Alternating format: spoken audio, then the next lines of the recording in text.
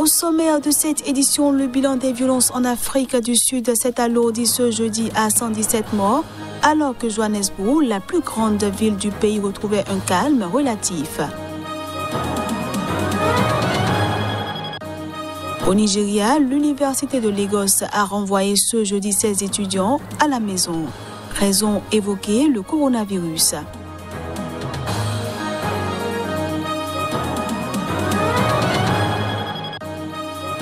Et puis, selon le chef de la police d'Haïti, l'assassinat du président haïtien Jovenel Moïse par un commando armé le 7 juillet dernier a été planifié depuis la République dominicaine voisine.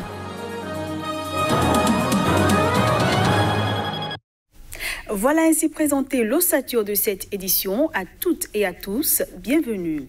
Le bilan des violences en Afrique du Sud s'est alourdi ce jeudi à 117 morts, alors que Johannesburg, la plus grande ville du pays, retrouvait un calme relatif. La ville commençait à déblayer les gravats des destructions. Les soldats ont été déployés. La mégapole Johannesburg est largement calme, a affirmé la ministre de la Présidence, attribuant la diminution du nombre d'incidents au déploiement de soldats en renfort de la police. Au total, 117 personnes ont été tuées, dont 91 dans la province du KwaZulu-Natal, où les violences ont commencé il y a 6 jours. La police enquête sur 12 personnes soupçonnées d'être derrière le déchaînement de violences de ces derniers jours. L'une d'entre elles a déjà été arrêtée et la surveillance a été accrue sur les 11 autres, a déclaré la ministre qui a dénoncé un sabotage économique. À plusieurs endroits, des Sud-Africains parfois armés ont décidé de faire justice eux-mêmes contre les pillards au risque d'augmenter les violences. Plus tôt dans la journée, le ministre de la Police avait confirmé qu'il y a eu 20 morts à Phoenix, un township près de Durban où des membres de la communauté indienne s'en sont pris à des pillards présumés. Il avait noté la veille que des tensions raciales ont entaché ces troubles liés à des groupes cherchant à protéger leur quartier des pillards. De nombreux Sud-Africains, ne comptant que sur eux-mêmes, ont également commencé à déblayer et réparer.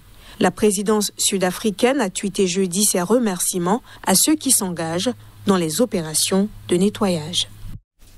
Le président Cyril Ramaphosa s'est rendu ce vendredi dans la province du KwaZulu-Natal, province épicentre des violences qui ont secoué cette semaine l'Afrique du Sud. Cette visite du président vise à estimer l'impact des récentes violences et le déploiement des forces de sécurité.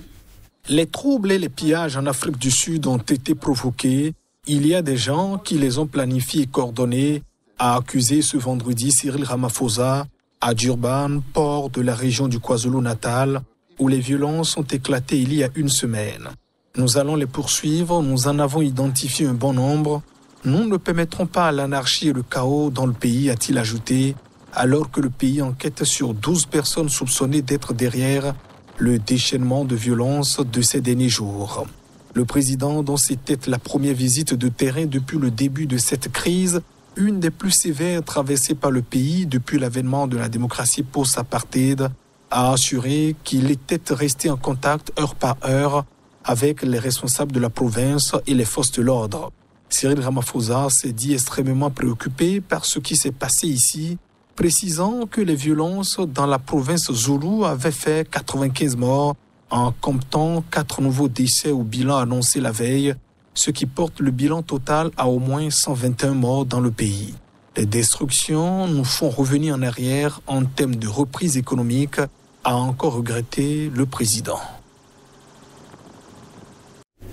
L'université de Lagos a renvoyé ce jeudi ses étudiants à la maison. Les cours en présentiel ont aussi été suspendus. Raison évoquée, le coronavirus. Avec ses 210 millions d'habitants, le Nigeria a officiellement été moins touché par le coronavirus que ses voisins en Afrique. Depuis le début de la pandémie, il a enregistré quelques 169 000 cas, dont 2125 morts. Ces chiffres sont toutefois sous-évalués, le nombre de tests réalisés étant très faible. Mais le Centre nigérien de contrôle des maladies, NCDC, a récemment détecté la présence du variant Delta dans le pays, mettant les autorités nationales en état d'alerte face au nombre croissant de cas. L'Université de Lagos a signalé une augmentation du nombre de personnes présentant les symptômes du virus dans son centre médical. Afin d'enrayer la propagation de la COVID-19 sur le campus, la direction de l'université a ordonné à tous les étudiants de quitter la résidence au plus tard le jeudi 15 juillet 2021 à midi, a déclaré l'établissement dans un communiqué. Elle a précisé que les cours seraient dispensés virtuellement à partir du 26 juillet. L'Université de Lagos, fondée en 1962, compte environ 55 000 étudiants. La semaine dernière, le gouverneur de l'État de Lagos, Babajide Sanwo-Olu, a exhorté les habitants à respecter les mesures sanitaires tout en mettant en garde contre une troisième vague de la pandémie. Lagos, la tentaculaire capitale économique de 20 millions d'habitants, a été l'épicentre de l'épidémie du virus au Nigeria, représentant près de 36% du total de cas dans le pays. Une troisième vague est observée depuis la mi-mai dans plusieurs pays du continent africain comme le Zimbabwe ou l'Afrique du Sud.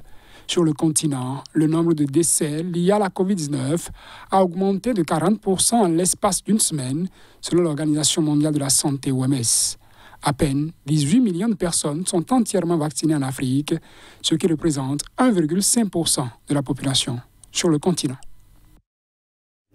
Ce journal se poursuit. L'armée éthiopienne entend rester ferme sur ses positions. Le général Bachar Debele a déclaré lors d'une conférence de presse que le combat au Tigré est destiné à démontrer que la volonté du TPLF de désintégrer l'Éthiopie n'aboutira pas. Suivons quelques extraits de son intervention. Le combat vise à ce que l'Éthiopie continue à exister en tant que pays pour démontrer que la volonté du TPLF, le Front de libération du peuple du Tigré, de désintégrer l'Éthiopie n'aboutira pas. Le gouvernement éthiopien a déclaré le cessez-le-feu, non pas pour que le TPLF ne l'accepte, mais parce que la communauté internationale appelait à un cessez-le-feu. Et le gouvernement éthiopien a estimé que c'était le moment et a pris la décision de décréter le cessez-le-feu au moment opportun.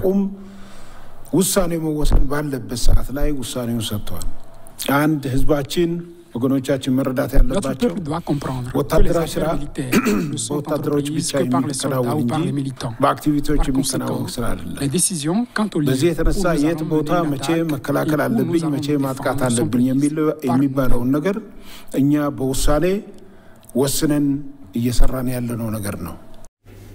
L'assassinat du président haïtien Jovenel Moïse par un commando armé le 7 juillet dernier a été planifié depuis la République dominicaine voisine. C'est ce qu'a affirmé ce mercredi soir le chef de la police d'Haïti. Sur une photo devenue virale sur les réseaux sociaux en Haïti, on peut voir deux des suspects déjà interpellés par la police haïtienne, ainsi que l'ancien sénateur Joël John Joseph, objet d'un avis de recherche participé côte à côte à une réunion. Selon le directeur général de la police nationale, ces personnes présentes sur ce cliché étaient en train de planifier l'assassinat du président Jovenel Moïse en République dominicaine. Ils s'étaient réunis dans un hôtel à Saint-Domingue. Autour de la table, il y a les auteurs intellectuels, un groupe technique de recrutement et un groupe de financement, a déclaré Léon Charles à la presse. Certains sur la photo ont déjà été appréhendés.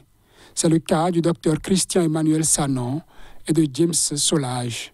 Ce dernier a effectué les coordinations avec la firme de sécurité vénézuélienne CTU, basée à Miami, a-t-il ajouté. Le responsable de la firme, Antonio Manuel Entriago Valera, est sur la photo. Il est entré plusieurs fois en Haïti pour planifier l'assassinat. Il y a aussi sur le cliché le responsable de la compagnie Worldwide Capital Lending Group, Walter Ventimiglia. Nous sommes en train d'enquêter sur cette entreprise qui aurait collecté des fonds pour financer l'exécution de l'acte criminel, a en outre expliqué Léon Charles. Il y avait un groupe de 4 mercenaires qui étaient déjà présents au pays. Les autres sont entrés le 6 juin. Ils sont passés par la République dominicaine. Nous avons retracé la carte de crédit qui a été utilisée pour acheter les billets d'avion, a avancé le chef de la police. Pour le moment, 3 Colombiens ont été tués et 18 autres appréhendés par la police. Hors du continent africain, pour finir cette édition, au Japon, des autorités locales ont annoncé ce vendredi qu'elles avaient perdu la trace d'un haltérophile ougandais, Julius Sekitoleko, qui ne s'était pas présenté peu après-midi heure locale à un test de dépistage du Covid-19 qu'il devait passer. Ce sportif de 20 ans a disparu de l'hôtel d'Izumisano, près d'Osaka, où il logeait avec son groupe ougandais, ont annoncé dans un communiqué les autorités de cette municipalité accueillant leur camp de base. Le jeune athlète avait été aperçu la dernière fois dans son hôtel par ses compatriotes peu après minuit, dans la nuit de jeudi à vendredi, ont précisé les autorités locales qui ont prévenu la police. Selon un média ougandais, le Daily Monitor, Julius Sekitoleko était sur une liste d'attente pour les Jeux olympiques, mais a récemment perdu tout espoir de participer pour des raisons de quota olympique.